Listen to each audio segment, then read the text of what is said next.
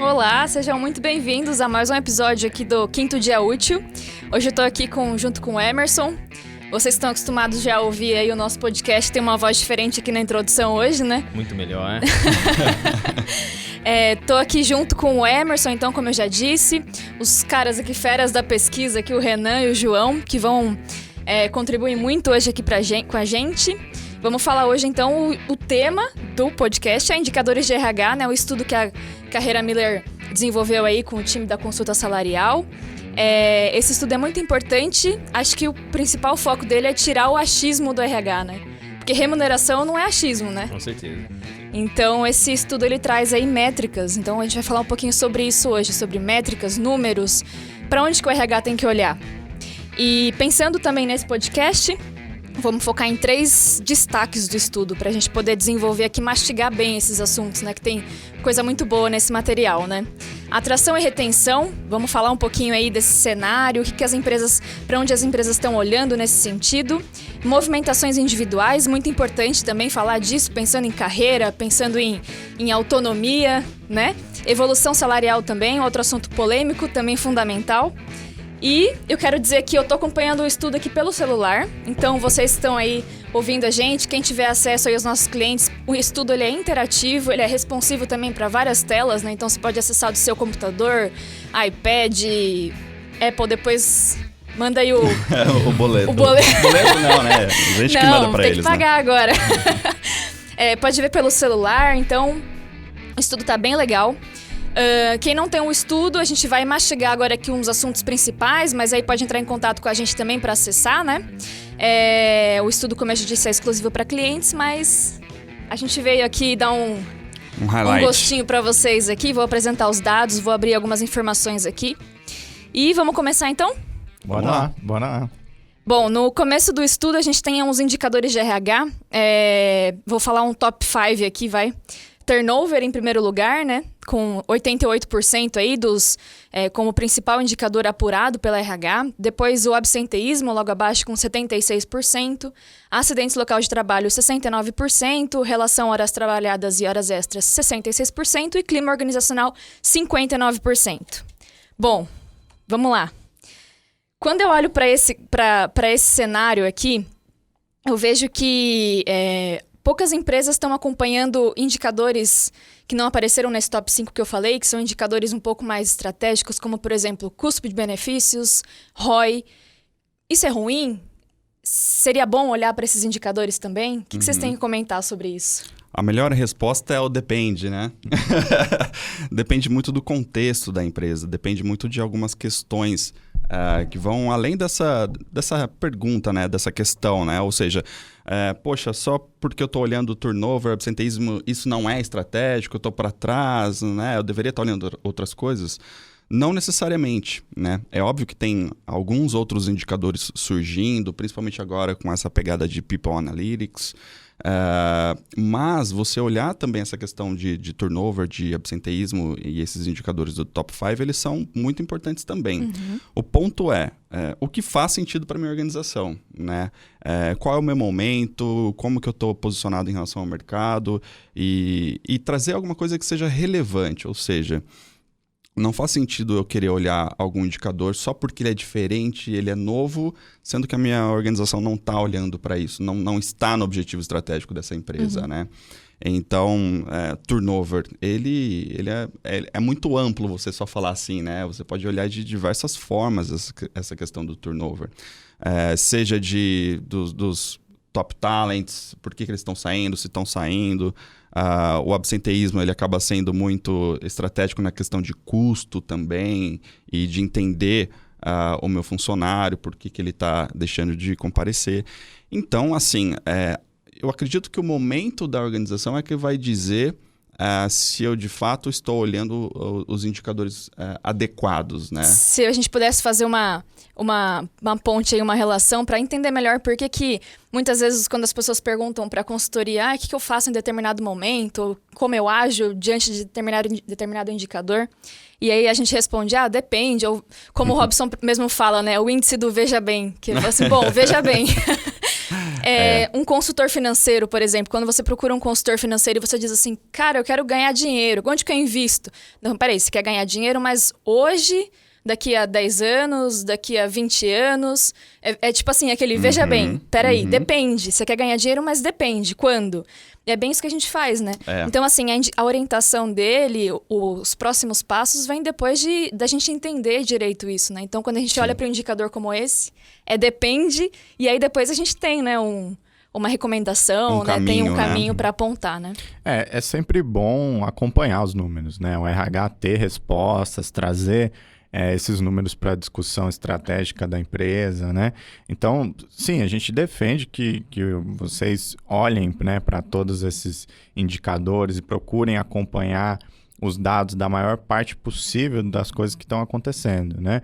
Produtividade, custo com benefícios, qual que é o impacto desses investimentos em pessoas, né? O ROI, seja de treinamento ou geral do investimento em pessoas, né? Isso tudo possibilita o RH ser cada vez mais estratégico. Agora, isso não significa que todas as organizações vão conseguir medir tudo isso, porque é um trabalho bem extenso de, primeiro, parametrizar todos esses dados, preparar o sistema de informação para conseguir fazer o acompanhamento disso e, principalmente, o que eu vou fazer com isso? Que tem muito a ver com o que o Renan falou, né? Eu preciso ter saída para esses números. Não adianta eu só gerar um monte de informação, vai me dar um trabalho enorme acompanhar todos esses indicadores. Se eu não tiver como dar respostas, se eu não tiver um plano de ação, aí não vai adiantar nada. Então a resposta é: você vai ter um plano de ação com base nesses indicadores? Você vai conseguir levar esses números para discussão, para o planejamento da empresa e transformar isso em ações? Se sim, por favor, acompanhe o máximo de indicadores possível.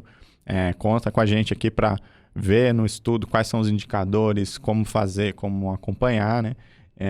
E principalmente transformar isso em ações estratégicas para a empresa. Eu acho que esse é um ponto muito legal de transformar isso em ação, né? O dado em si, o número, ele é frio, né? O que isso significa, né? Esse resultado que eu estou vendo aqui na minha frente, o que muda a minha vida, né? Mas, no fim, o contexto que está por trás disso é o que vai se desenhar no plano de ação, né?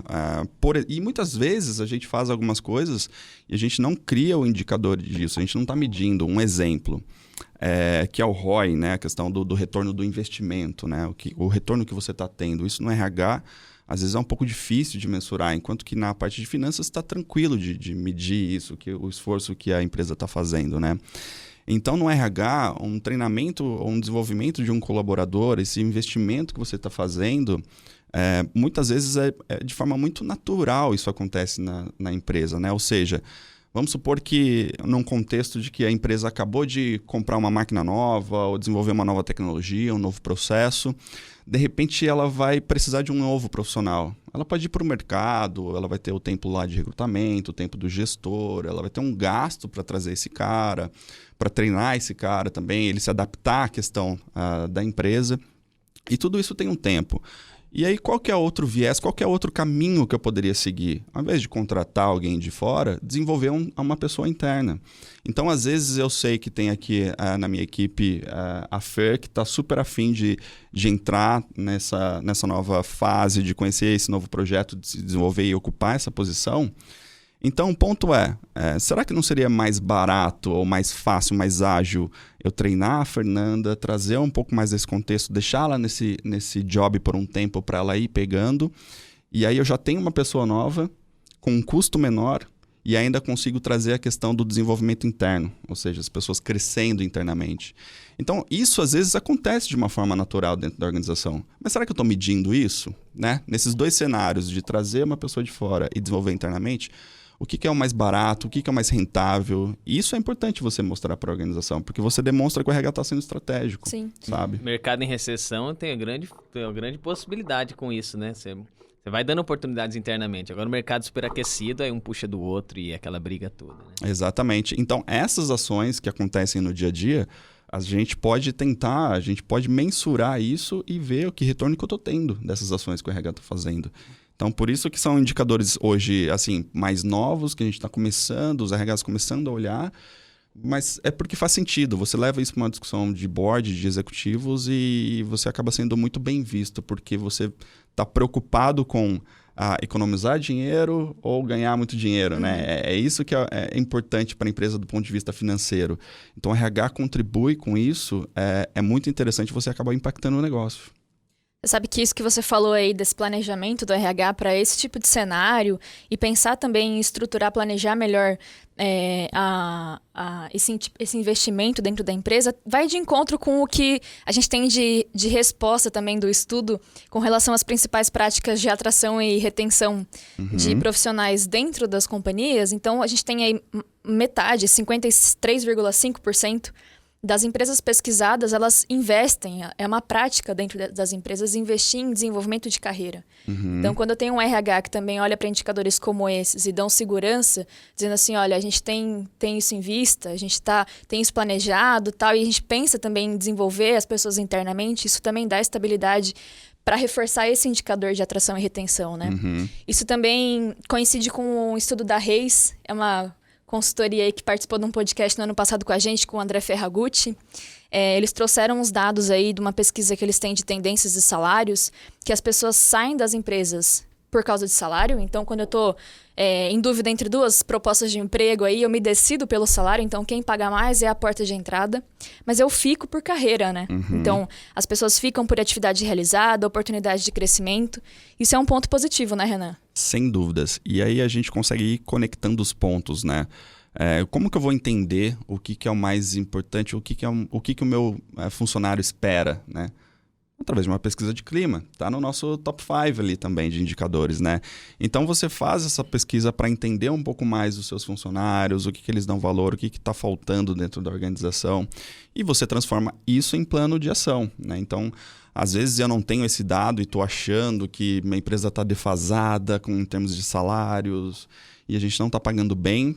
Porém, o problema pode estar em outro lugar, né? Pode estar nessa questão de desenvolvimento de trilha, de carreira. O funcionário ele quer saber para onde ele vai chegar, como ele pode chegar. Então, é importante você conhecer, assim como o marketing busca cada vez mais conhecer os clientes e o mercado e as tendências, o RH também precisa conhecer o que os colaboradores esperam. Né? Sem contar nessa força de trabalho jovem aí, né? As pessoas jovens entrando no mercado de trabalho, elas querem ser ouvidas e são coisas, às vezes, que são valorizadas por esse grupo que, às vezes, não está nem no radar do RH, mas é porque é um grupo novo, é uma coisa nova chegando ali, entendeu? Então, às vezes, um benefício que não estava, de repente, no radar e que não é tão caro, não custa tanto. Então, a pesquisa de clima, ela vai também entender, porque o perfil que você tem dentro da empresa, ele é mutável, né? Ele não é o mesmo para sempre, né?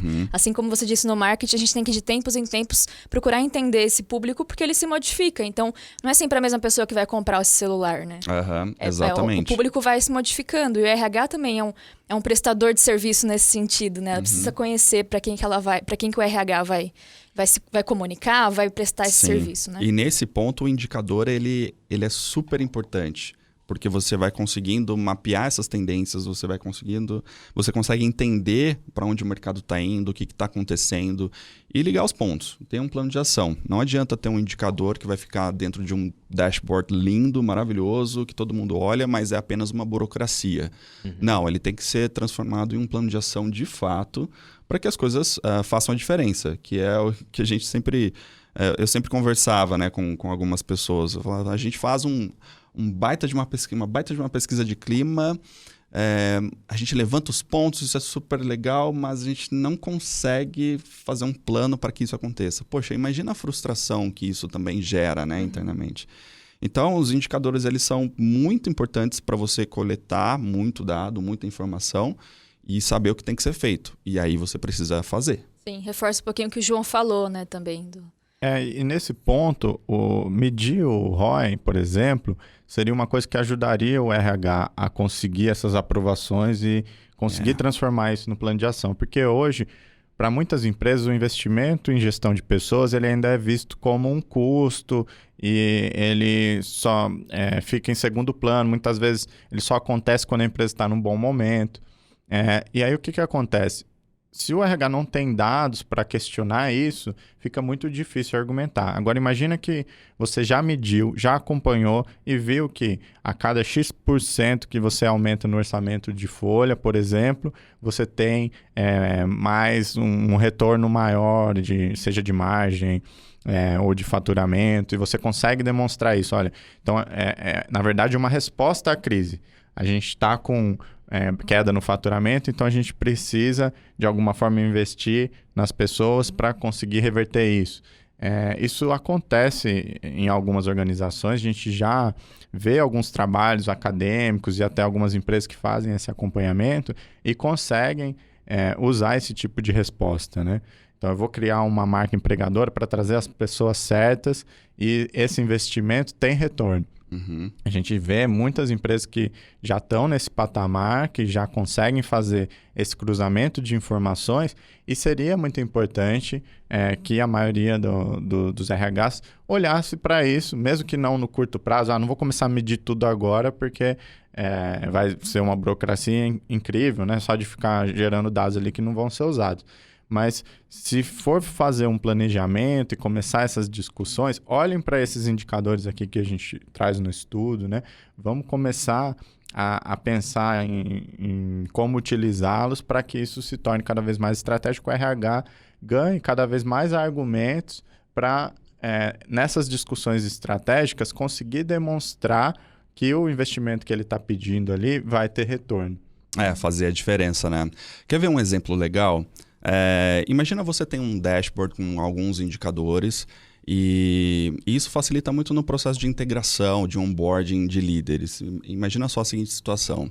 A gente está contratando o líder para uma determinada área ou está sendo promovido e você chega como RH para esse cara, como business partner, e você demonstra que, olha, o turnover da sua área em relação ao mercado é X%, você tem esse problema de saídas da sua área porque está acontecendo isso, que a gente captou através da entrevista de desligamento. E você tem esse tipo de problema de absenteísmo ou na pesquisa de clima saiu isso. Você já dá um contexto da área para o cara que se você, ele sabia. nem ele sabe. E quando você está trazendo de fora, imagina o tempo que esse cara vai demorar para entender o que está acontecendo, qual é o contexto que ele está. Então, os indicadores... Olha só o poder do indicador dentro de uma situação simples, que é você fazer a integração de um novo líder, né? Então, você compartilhar esses dados, você já dá o contexto da área para esse líder e ele já vai poder tomar as ações, né? Ele já vai poder trabalhar de uma forma mais estratégica de falar, poxa, o RH já me falou tudo que está acontecendo aqui nessa área e ainda está me comparando com o mercado, né? Está trazendo um estudo da carreira Miller que também eu consigo fazer um bench. Então, isso ajuda, facilita, ganha tempo e você ainda passa muita credibilidade para o gestor que vai poder contar com você. Então, não é só fazer o dashboard, deixar lá os indicadores lá com o executivo ou com o principal de RH, mas também conseguir fazer isso por área e demonstrar para os gestores para que eles possam tomar as devidas ações. Eu acho que você tem que ser um bom resolvedor de problemas. Exatamente. Tipo, cara, isso são problemas. Tá levantando indicador. Eu posso ter opção 1, mostra esse problema. Opção 2, eu mostro e falo assim, agora nós vamos por aqui, cara. Porque por aqui nós vamos resolver isso aqui. Nós vamos consertar aqui, né? Eu acho que se o cara consegue resolver bem os problemas, ele... Sabe que quando vocês falam isso, eu vejo um cenário muito positivo, assim. Muito espaço para o RH crescer e se desenvolver. Inclusive, o Leandro Carnal costuma dizer que o único conhecimento fixo que a gente tem que ter na vida, o único conhecimento eterno é continuar aprendendo, né? Então, a única coisa eterna que a gente precisa ter em mente, assim, algo que não muda, é que a gente vai, de fato, sempre precisar continuar aprendendo, se desenvolvendo e lidando aí com todas as mudanças que aparecem não só no RH, mas como sociedade, dentro da empresa como um todo. Então, eu olho para isso, assim, esses indicadores, apesar de coisas como o ROI, que a gente está conversando bastante aqui, aparecerem apenas com 11% no nosso gráfico aqui de indicadores de RH, apurados pelo estudo, eu vejo uma oportunidade gigantesca da gente crescer e se desenvolver nesse sentido, já com o que a gente tem em mãos, né? Então, com dados que a gente já tem em mãos, não é uma coisa assim que quando a gente conseguir apurar tal coisa. Não, vamos começar com o que a gente já tem agora, né? Uhum. Exato. E aí, é muito relevante a questão que você falou da forma que eu vou utilizar isso, né? Ou qual que é a aplicação, porque isso interfere, inclusive, na forma de calcular. muita gente entra em contato aqui com a gente realiza esse estudo anualmente, né? E uma boa parte das dúvidas que a gente recebe é com relação a, vocês falaram aqui de turnover, por exemplo. Como que eu calculo o turnover? E aí, por ser uma métrica, parece que é uma coisa simples e objetiva, né? Não, a fórmula é essa Uma aqui. fórmula Passa cola aí na escola, mas passa colinha não na é fórmula aí. tão simples assim. Existem diversas formas de você fazer e isso vai depender de qual uso que você quer dar para essa informação. O mais simples é você medir só a taxa de rotatividade, né? Você pega 3 dados, o número de colaboradores que saiu, o número de colaboradores que entrou e o estoque total, né? A quantidade total de colaboradores na empresa. Com esses 3 números você consegue calcular. Agora, existem outras variáveis que podem entrar nessa conta. Por exemplo, esse colaborador que saiu, qual que era a avaliação de desempenho dele? Ele estava entre os talentos, entre os cargos que são estratégicos para a empresa, de qual setor que ele era. E aí eu começo a gerar dados mais trabalhados. Por exemplo, esse cargo que saiu foi voluntário ou involuntário, ele saiu por uma oportunidade melhor no mercado ou não. Então, assim, você começa a agregar informações e esse indicador, que pode ser simples ali, o turnover, ele começa a trazer muito mais respostas. Uhum. Então, mesmo dentro de um indicador só, você pode ter um número simples ou um número muito bem trabalhado, cheio de informações ali, cruzando isso com outras variáveis que interferem. Então, a fórmula ela vai depender de tudo isso. O ideal é você fazer a fórmula básica do turnover para você se comparar com o mercado, para fazer o benchmark. Então, por exemplo, a gente tem os dados oficiais do governo de turnover por setor, por estado, que a gente traz aqui no estudo. E você precisa se comparar com o mercado para saber o turnover que eu tenho, ele é acima da média, abaixo da média, como que eu estou em relação ao mercado. E aí você precisa usar a fórmula padrão. Agora, para trazer essas outras respostas, aí você vai precisar montar a fórmula de acordo com o que você quer saber. Então, não é tão simples assim, a fórmula é 1 mais 1 igual a 2, tá? Respondendo aí uma dúvida que a gente sempre tem quando lança esse estudo. Sim. Bom, então vamos fazer um corte depois desse aqui, velho. E vamos colocar lá na internet como que calcula o turnover. Sim. Veja bem. E quando você liga para alguma consultoria ou pergunta tira alguma dúvida com alguém e a primeira coisa é, bom, depende, veja bem, aí pode confiar, né? Porque não tá no achismo do cara, né? O cara, ele tá querendo entender, né? Tem um contexto aí, né? Tem um contexto.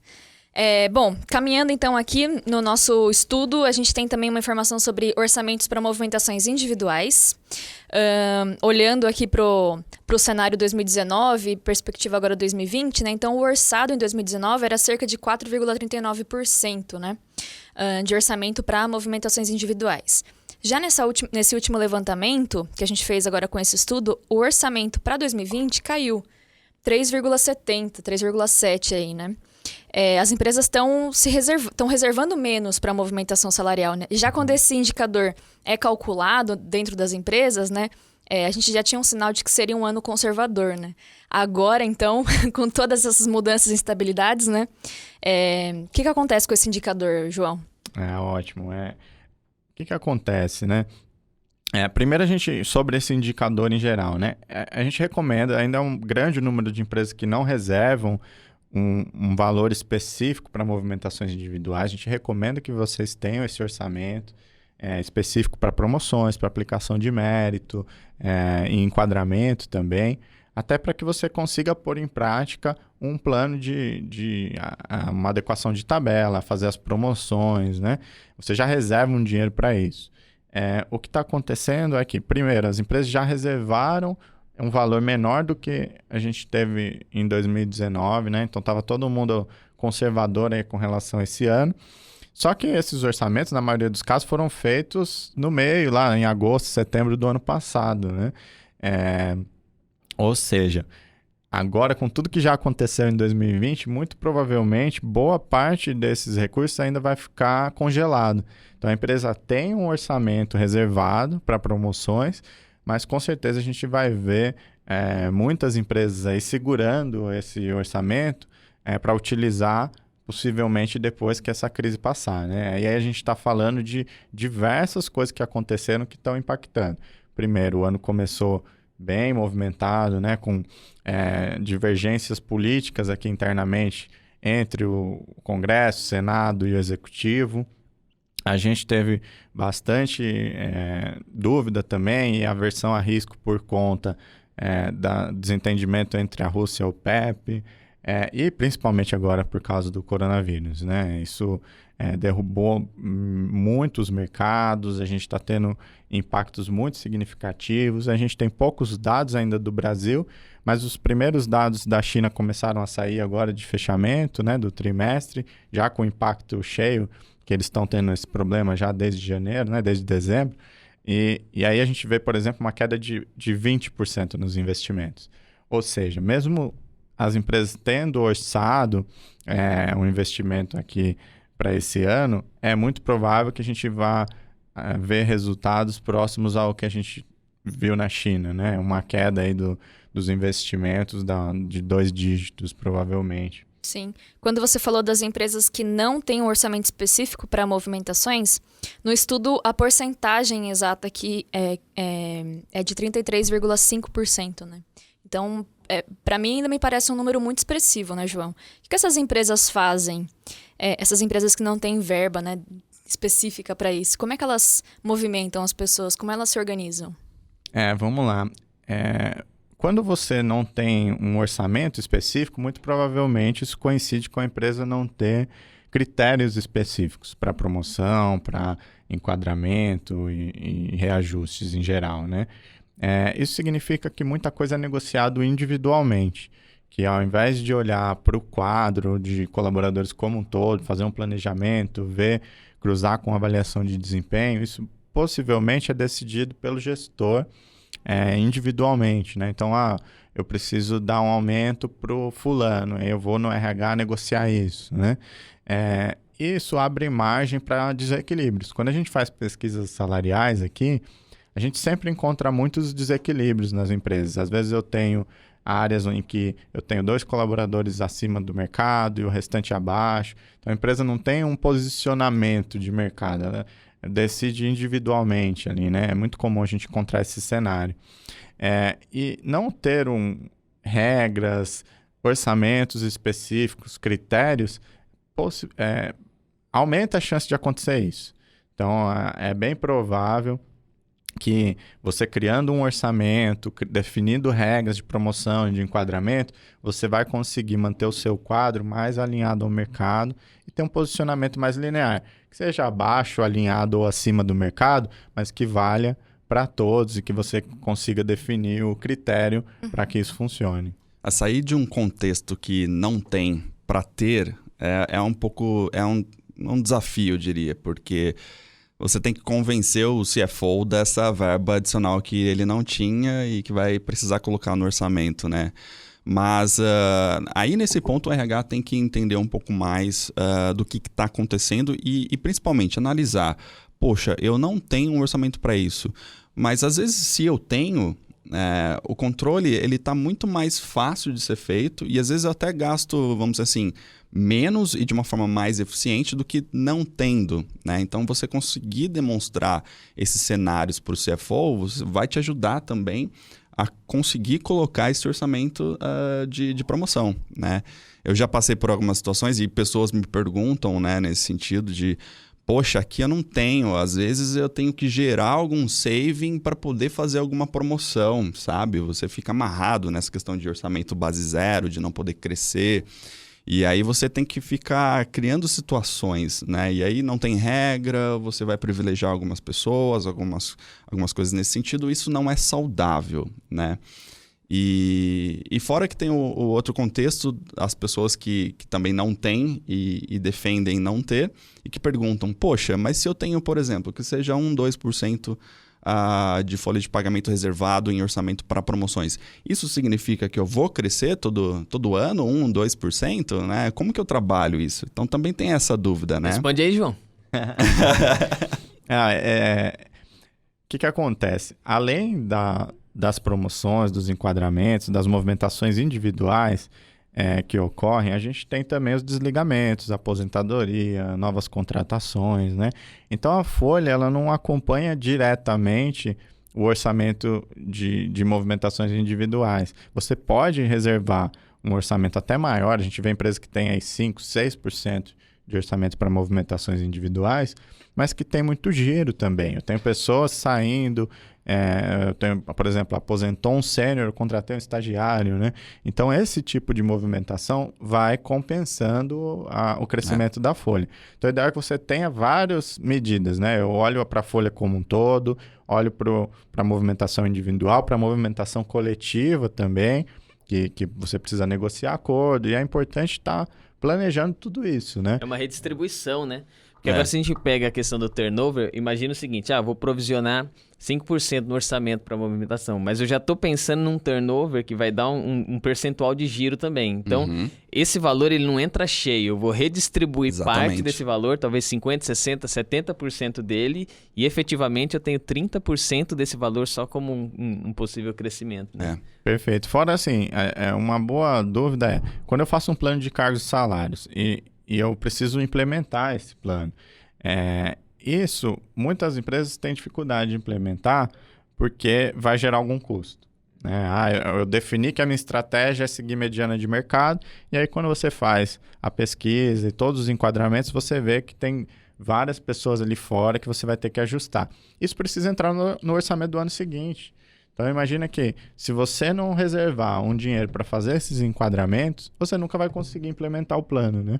Então, é importante olhar para isso de uma forma estratégica, falar, olha, eu vi todos os casos que estão pendentes de enquadramento, quanto que é o orçamento que eu precisaria para ajustar isso, e vou negociar isso para já entrar no planejamento do ano seguinte. O que está acima, o que está abaixo, como eu posso redistribuir isso.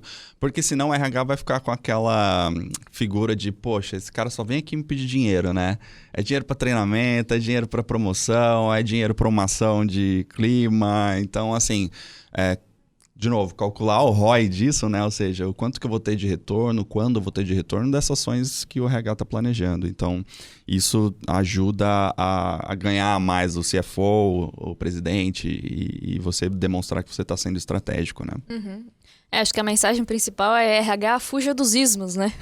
Achismo, Exatamente. favoritismo, porque às vezes quando não tem uma verba também, acaba caindo no favoritismo do gerente ali, né? Tipo, eu vou dar aumento pro cara ali que eu gosto mais dele do que de você. Ou até assim, o cara que pediu primeiro, né? Veio pediu promoção, ou pediu um aumento. Aí o gestor vai lá, negocia com o RH e consegue. Aí o orçamento inteiro que já foi, né? Ou já deu a promoção para quê? O jogo ganhou aumento, eu quero também, eu vou chegar na hora. Outra coisa também, né? Entra na fila. Aí vira aquele que não chora, não mama, sabe? Aí o colaborador que tá lá fazendo um bom trabalho, tem um desempenho legal, mas que não pediu, não foi no gestor pedir aumento, às vezes fica lá esquecido. Não, isso é uma bola de neve, né? Porque isso gera uma sensação de não visto, né? Pô, eu não tô sendo visto, meu. Eu preciso ir lá e babar o ovo do cara pra conseguir um... Então, assim, é uma bola de neve, né? É uma coisinha que começa ali com... Vamos planejar um orçamento e tal, e se desdobra até engajamento, até outros indicadores aí, esbarra em muitos outros indicadores, né? Você vê, a gente está falando de indicadores de RH e olha a discussão que a gente está tendo, né? De promoção, de relacionamento com a liderança. Então, assim, o indicador ele é muito importante, ele é estratégico porque leva a essas discussões, né? Desde plano de cargos e salários até ações que eu vou tomar de acordo com o que eu vi na minha pesquisa de clima, por exemplo. E sobre isso, a gente pode falar também de comunicação, porque ter o indicador e ter o orçamento ajuda na comunicação. Porque imagina que o gestor vai dar o feedback da avaliação de desempenho e o colaborador questiona ele, por exemplo, sobre um treinamento. Eu preciso fazer um curso aqui, eu quero fazer um curso para esse gap que você está me falando. A empresa pode me ajudar? Se o cara tem um orçamento, ele sabe e vai dar a resposta na hora, se ele pode ou não, quais são os critérios, como que funciona. Agora, ou uma promoção, um enquadramento, um aumento, seja lá o que for. Se o cara não tem o orçamento, ele vai ter que falar, vou ver. E aí ele vai ter que negociar isso para trazer a resposta para o cara. Isso diminui o poder do gestor de negociar as coisas, de ser claro, transparente e, consequentemente, prejudica a comunicação. E aí a sabedoria do Chaves, né? Volta o cão arrependido, com o rabo entre as pernas, ó, batendo lá na porta de novo, viu? Então, eu falei semana passada aqui, mas posso pedir mais um pouquinho? Nessa linha, né? E às vezes o cara pede na hora errada, né? Também. E aí, o João comentando isso me deu um insight aqui, que é um indicador fora da caixa, algo diferente, percentual de colaboradores que conhecem a estratégia do negócio. Você imagina você aplicar isso e ver o quão as pessoas conhecem de fato do negócio, como a empresa está, porque senão cai nessa questão de o colaborador tá numa baita recessão, a empresa tá passando por um momento difícil e aí chega lá o colaborador pedindo promoção, pedindo para reajustar o salário. Então, assim, será que esse cara tá entendendo qual é o contexto do mercado, o contexto da empresa? Então, esse tipo de indicador também vai ajudar ações de comunicação, de você tentar compartilhar o máximo de informação possível. Então, assim, dá pra gente ficar a tarde inteira aqui falando sobre isso. É isso aí. Bom, indicadores, então... É mais fácil ser gerente com indicadores. Com certeza. Qualquer coisa na vida que você tem indicador. Qualquer coisa na vida, né? Planejamento, foco, principalmente. Planejamento, foco, enfim. Uhum. Hoje, só um paralelo rápido. Eu estou decidindo se eu vou comprar ou se eu vou alugar um apartamento. Então, eu preciso de dados para tomar decisão. Então, se eu não tenho um indicador disso, eu não consigo tomar a melhor decisão.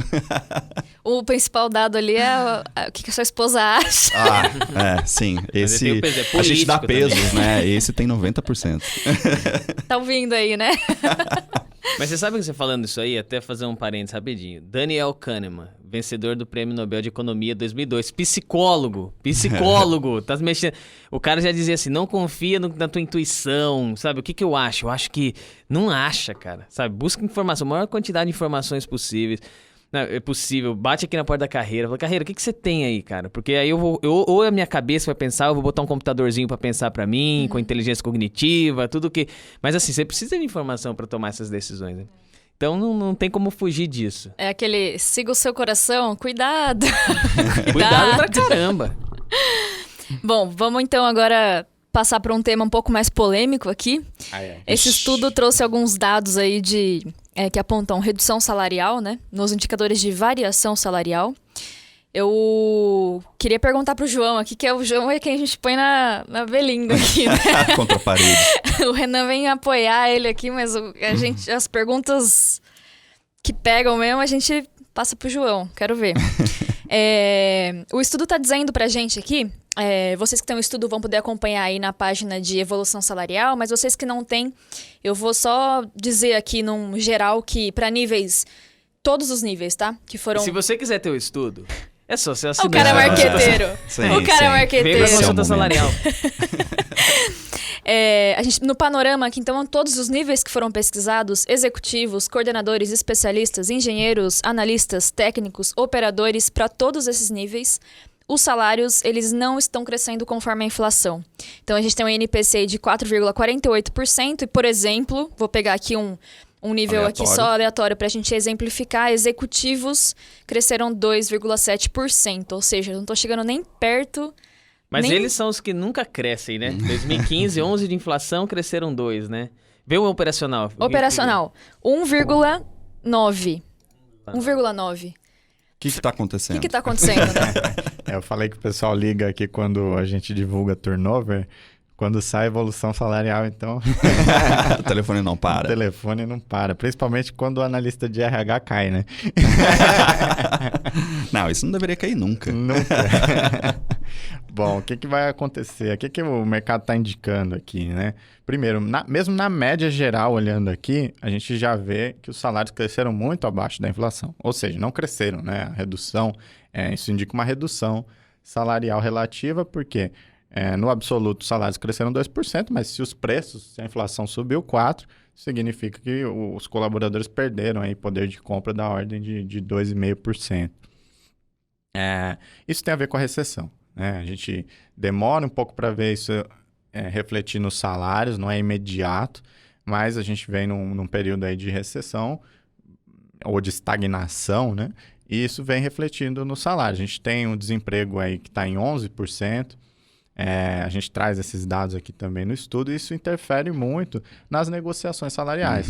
Essas pessoas que estão desempregadas normalmente aceitam entrar no mercado por menos do que o último salário anterior, ou até menos do que seria a expectativa de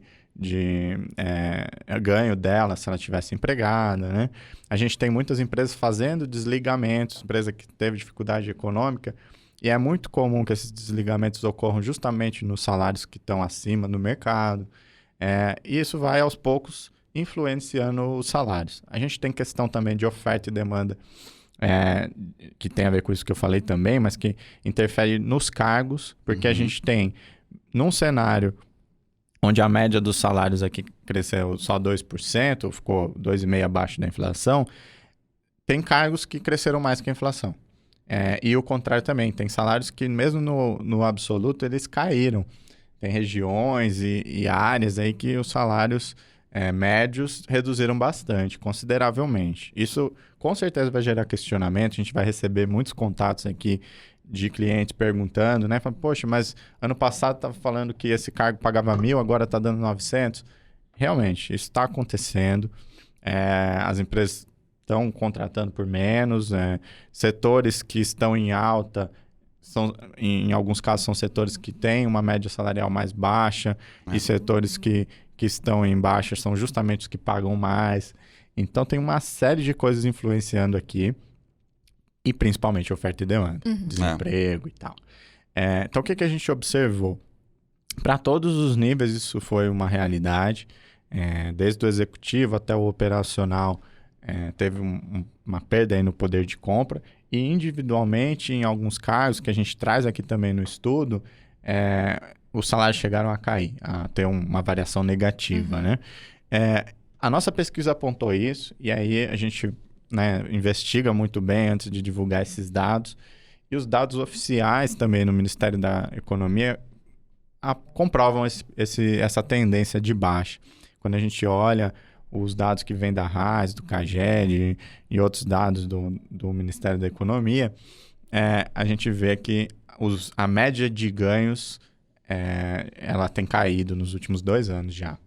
Se você falando aí em cargos em baixa, vou dar só um cheirinho aqui para vocês que estão ouvindo. Não vou falar porcentagem, se quiser saber a porcentagem aí, só acessar o nosso estudo, mas cargos em baixa. Operador técnico, coordenador de produção agrícola, bombeiro industrial e operador de produção líder. Então são os cargos que foram... Por que será? Que apareceram aqui na pesquisa como... Não, tudo que a gente tem, tecnologia, automação, né, tende obviamente, né, você não vai precisar tanto do ser humano nisso, você tem como automatizar muita coisa, não é? É isso que vai acontecer. Coloca um pouco disso, João. Essa questão, por exemplo, do operador técnico, né, há algum tempo, a maior parte das atividades de produção, ela não necessitava de qualificação técnica. Então, os operadores, em geral, não tinham nível técnico. E os que tinham eram muito valorizados. A gente já tem visto empresas migrando para um modelo, e a gente fez alguns planos de cargos aqui nesse sentido, onde todos os colaboradores vão precisar do operacional, vão precisar de nível técnico para fazer uma manutenção autônoma, uma manutenção preventiva, ou para operar uma máquina que é automatizada. Então, imagina uma fábrica onde eu tinha um operador técnico lá para controlar um painel e uma série de operadores de produção.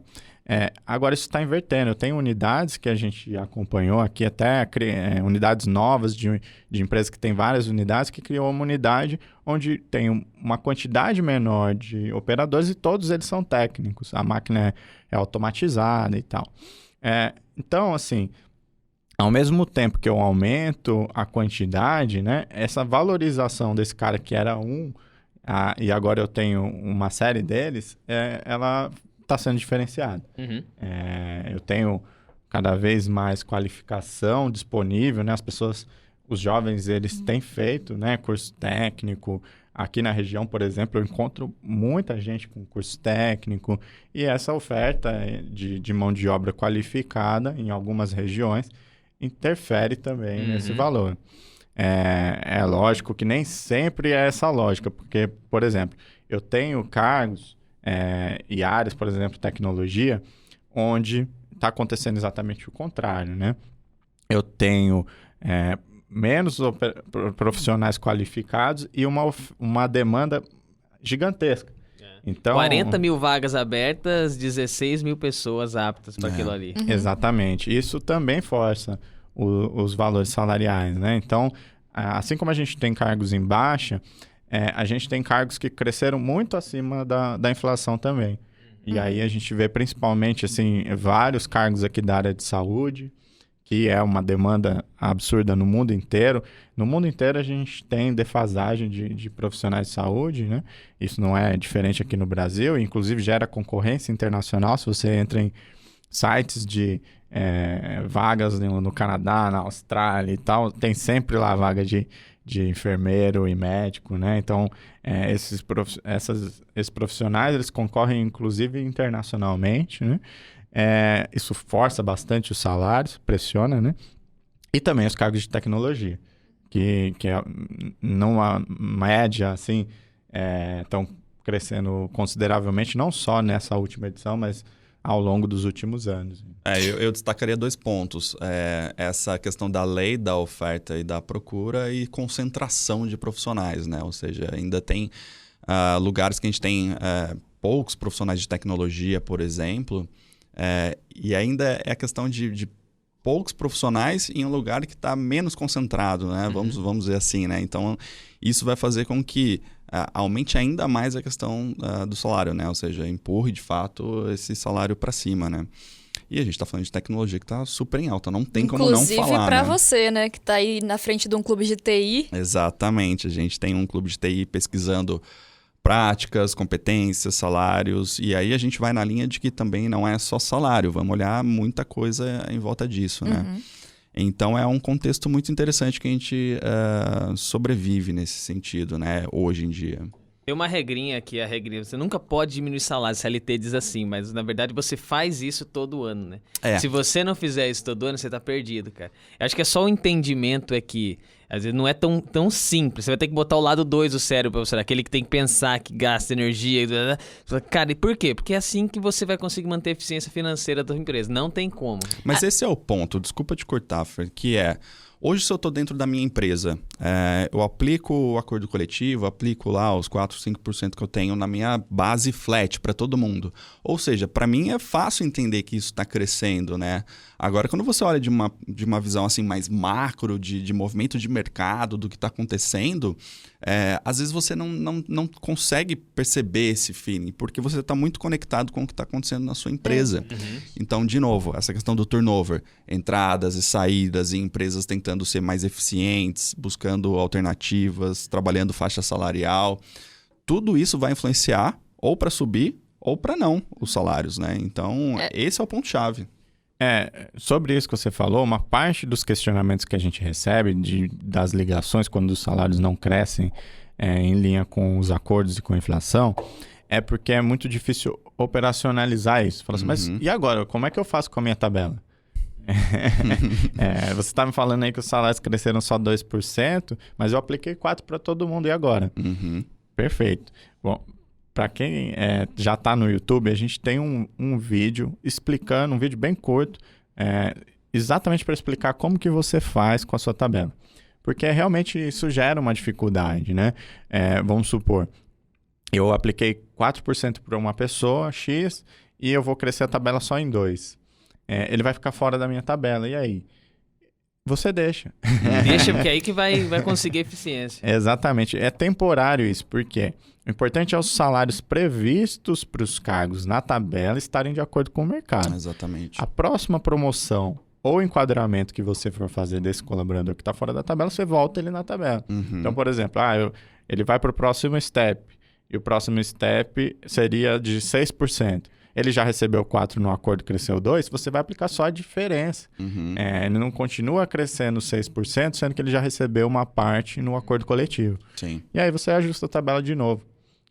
Isso vai ficar por poucos meses ali, aquela situação que o cara tá fora da tabela e logo se ajusta. E vira uma bola de neve, né? Vira. Se você não controlar dessa forma. Se você aplica a inflação na tabela e nos colaboradores, isso lá na frente vai virar uma bola de neve, porque você nunca vai ter controle disso. Só a tabela vai estar sempre crescendo, mesmo que o mercado não demonstre esse crescimento. Exatamente. Então esse é o ponto-chave. A gente tem... Isso aqui é quase um mantra aqui na carreira, né? Não aplica inflação na tabela. Por favor. Né? Não, por favor. Olhando os gráficos aqui, que inclusive... do jeito como foi exposto no estudo aqui, fica bem claro isso. Então, da real movimentação de mercado e como ela se descola, né, da inflação, né, do INPC, que é a inflação que a gente olha nesse caso, né. Eu queria que o João comentasse, por exemplo, em 2016, se a gente olhar para o gráfico, você que não está olhando aí, eu vou dizer para você que a linha, assim, se não está uma em cima da outra ali dos salários, dos níveis, né? Em relação com a inflação, elas estão muito próximas. E aí, de repente, descola uma da outra, né? O que aconteceu em 2016 e esse cenário? Explica pra gente esse cenário aqui. Perfeito. O que acontece, né? Essa questão da inflação, ela vai variar bastante, né? Principalmente com respostas aí que o nosso governo dá em relação ao mercado, né? Cenário econômico e tudo mais. E os salários, eles sofrem outras pressões, né? Não são as mesmas, né? Então, se a gente está num momento de crescimento, onde tem pleno emprego e as empresas estão investindo, buscando profissionais, a gente viu isso há pouco tempo atrás, né? Os salários crescem acima da inflação. Então, aí é o problema contrário, né? Se você reajustar a sua tabela só com a inflação, você não vai estar... conseguindo trazer, né? Você não vai trazer as pessoas, porque o mercado está pagando mais, os salários estão subindo, tem competitividade. A gente viu isso tanto de uma forma geral na época do pleno emprego, como pontualmente com alguns cargos mesmo nos últimos anos, né?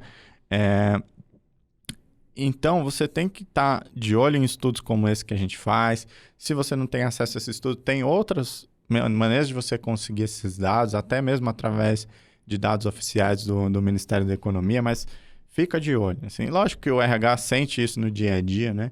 Quando o recrutamento e seleção vem com esse feedback, input, né? Também. Olha, a gente não está conseguindo contratar no salário da tabela, e aí você já percebe que tem alguma coisa acontecendo. É verdade. Né? Mas também olhar para os dados de mercado. O problema do dado oficial do governo é que demora muito para sair, né? Então, nem sempre... às vezes, quando sai, você já tem que ter tido alguma ação, porque não vem tão rápido essa informação, né? Mas aqui está muito claro, a gente já está com os dados aqui da tabulação que foi realizada agora em janeiro, e a gente já vê o mercado aí crescendo muito abaixo da expectativa da inflação, e com certeza 2020 vai ser novamente nessa linha, assim. Desafiador. No estudo a gente traz dados RAIS, né? O que significa RAIS? Só pra gente... São esses dados oficiais do governo para tirar a questão da amostragem, né? O nosso estudo, ele conta com 2.000 participantes, né? A gente analisou o dado aí de 2.000 empresas, e aí a gente traz essa movimentação. O cruzamento com os dados oficiais do governo é para garantir que essa bolha, né, que a gente está olhando aqui, ela representa o todo. Porque no dado oficial a gente está considerando todas as informações salariais do Brasil, independentemente da empresa ser cliente nosso ou não. E aí a gente consegue cruzar as duas coisas e comprovar que a tendência que o nosso estudo está apontando, ela também aparece... reflete no cenário global, nacional, né? Geral, exatamente. Vale reforçar que esse dado que é apresentado no estudo, ele é aberto, né? Um dado do governo aí, mas que também tem um reflexo um pouquinho na nossa parceria da FIP, né? Que aumenta a nossa capacidade de análise e processamento aí dos dados, enfim. Então, a gente consegue, além de fazer esse paralelo, também desenvolver outras análises aí de dados que a FIP mesmo, pelo salariômetro, né? Aqui a ideia é a seguinte, né? Embora esses dados sejam públicos, se você já tentou acessá-los, você sabe da dificuldade que é de encontrar as informações lá. São muitos dados, diversos sites e muitas vezes está fora do ar. Então, a gente já traz os dados que são mais relevantes, mais importantes, já transforma ele numa informação gráfica para trazer aqui no estudo e você já conseguir visualizar tudo num único relatório. Se fosse uma expressão da época do Emerson, ia ser mamão com açúcar. É tipo supermercado, assim. Imagina um dia você vai ter que colher o feijão lá no meio do caminho, o arroz e não sei o que, e você não sabe onde tem, os caras vêm e colocam na prateleira embaladinho. Mas, rapaz, agora tem o cozido já, embalado a vácuo, que é só você botar no micro-ondas. Aí o cozido embalado a vácuo é o que ele vai fazer isso aqui. Ele vai chegar em casa e falar, e agora? Que isso aqui vai mudar a minha vida? De que jeito eu vou usar isso na minha empresa, né? Esse aqui é aquela saladinha que vende no mercado, que já vem lavada, misturada. Tá higienizada, tudo. Bota pra dentro. Maravilha. Se alimenta disso agora. É isso aí. Bom, é isso aí, pessoal. Acho que a gente percorreu aqui por todos os pontos aqui que a gente queria destacar. Acho que desenvolvemos bastante, falamos bastante coisa que deu muito insight pra você que tá aí ouvindo ou assistindo a gente. Lembrando que a gente tá nas plataformas aí de streaming, Spotify, SoundCloud, estamos aí no Megafono, no Apple Podcasts, no Google Deezer. Podcasts, no Já Deezer. a gente vai ter o nosso próprio streaming, então, do jeito que tá, né? Ninguém segura. E estamos também no YouTube, né? Então, se você quiser assistir e conhecer o nosso estúdio, agora estamos aqui dentro de casa, né? Vale só lembrar que a gente tá gravando agora aqui dentro de casa, então às vezes você ouve um telefone tocando aí, é que a consultoria não para. A gente tá no interior do estado de São Paulo, se um dia você estiver por da região, vem aqui tomar um café com a gente, passa aqui. E a gente vai ter muita produção esse ano também, com certeza muitos de vocês que estão assistindo vão sentar aqui para bater papo com a gente, pode ter certeza. Uma boa. É isso aí, se você que tá ouvindo tem vontade de participar, cara, manda aí, fala com a gente, manda uma mensagem, sei lá, no LinkedIn. Entra no chat do site. No site, entra no LinkedIn, no Facebook, no Instagram, manda e-mail, telefona, sei lá, manda um WhatsApp. Ou até sugestão de tema também, Nossa, sim, estamos super abertos aí, a gente quer ouvir, a gente quer produzir conteúdo de qualidade e o principal para vocês, então, o que vocês tiverem aí de dúvida, a gente aqui tá para isso, né? Por favor, mandem as dúvidas aí. Principalmente, a gente destacou os pontos aqui que geram mais dúvida, né? A gente veio falar de coisas que você pode estar se perguntando aí, que é dúvida de muita gente. Então, a gente já usa esse espaço para fazer uma explicação que vai atender mais clientes, né? Mais Sim, só lembrando, se você é cliente da consulta salarial, esse estudo aí a gente vai fazer um webinar sobre esse estudo de indicadores, né? Página a página aí, vamos explicar como que a gente lê esse dado, como a gente chegou nele, o que a gente faz com isso. Aqui foram só alguns destaques, uns highlights. Uau. O Renan que gosta de expressões em inglês aí, uns highlights aí pra você também poder ter uma degustação do que é o que a gente produz aqui. E mais aprofundado no webinar. Muito obrigado aí, Renan. Obrigado, João, Emer. Agradeço. E é isso aí. Obrigada a você também. E até a próxima. Valeu, obrigado. Valeu, galera.